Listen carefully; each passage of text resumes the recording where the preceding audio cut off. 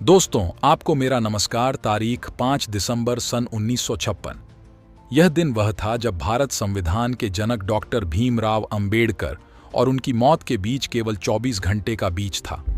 5 दिसंबर को भीमराव अंबेडकर करीब 9 बजे देर से सोकर उठते हैं। उनके यहाँ 16 सालों से अंबेडकर साहब के सहायक के रूप में कार्य कर रहे नानक चंद रत्तू, जो डॉक्टर भीमराव अंबेडकर साहब की देखभाल किया करता था। दोस्तों, अंबेडकर साहब का अंतिम समय कष्टों से भरा हुआ था। सन 1948 से अंबेडकर जी को डायबिटीज की बीमारी थी और काफी बीमार रहते थे। डायबिटीज होने से इनका शरीर सूख रहा था। सियासी मुद्दों से परेशान अंबेडकर की सेहत बद से बदतर होती चली गई। अंबेडकर साहब 5 दिसंबर को लोकसभा में जाने को तैयार होते हैं। डॉक्टर साहब रत्तू के साथ ऑफिस चले जाते हैं।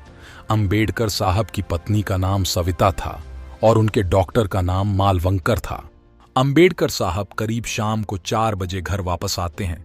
इस समय घर पर वह अकेले थे। उनकी पत्नी सविता अंबेडकर बाजार गई हुई थी और उन्हें घर वापस आने में बहुत देर हो जाती है। नानक चंद्र रत्तू बताते हैं कि इस समय अंबेडकर जी बहुत ही गुस्से में थे। रात को 7 बजे वह घर आती है।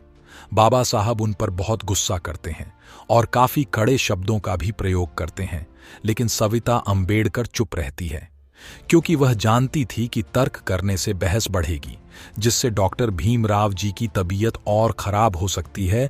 घर का वातावरण शांत हो जाता है। रात को 9 बजे भीमराव अंबेडकर जी से मिलने जैन धर्म के प्रतिनिधि मंडल के नेता उनसे मिलने आते हैं और अंबेडकर साहब को अगले दिन आयोजित समारोह में आने का आमंत्रण देते हैं। डॉक्टर साहब आमंत्रण को स्वीकार करते हुए कहते हैं कि अगर मुझे मेरे स्वास्थ्य ने इजाजत दी तो मैं समारोह में जरूर आऊंगा। तभी उनके डॉक्टर मालवंकर ने उनका चेकअप किया। सब कुछ नॉर्मल आया और वह मुंबई चले गए। दोस्तों, जैन प्रतिनिधि मंडल के जाने के बाद रत्तू ने उनके पैर दबाए। अंबेडकर ने सिर पर तेल लगाने को कहा। अब वह कुछ बेहतर महसूस कर रहे थे। अंबेडकर साहब बुद्धम शरणम गच्छामि गाना को पूरी तन्मयता से गा रहे थे। दोस्तों, उन्होंने इसी गाने का रिकॉर्ड रेडियोग्राम पर बजाने के लिए कहा। साथ ही रत्तू से कुछ किताबें अपनी पलंग के पास रखने को कहा। दोस्तों, रात का खाना खाने के बाद अंबेडकर साहब कबीर के दोहे गाते हुए अपने कमरे में चले जाते हैं। दोस्तों, सुबह जब श्रीमती सविता अंबेडकर उठी और डॉक्टर अंबेडकर साहब को जगाने गई तो उन्होंने अंबेडकर साहब को मृत पाया। रत्तू ने छाती पर मालिश कर हृदय को हरकत में लाने की कोशिश की।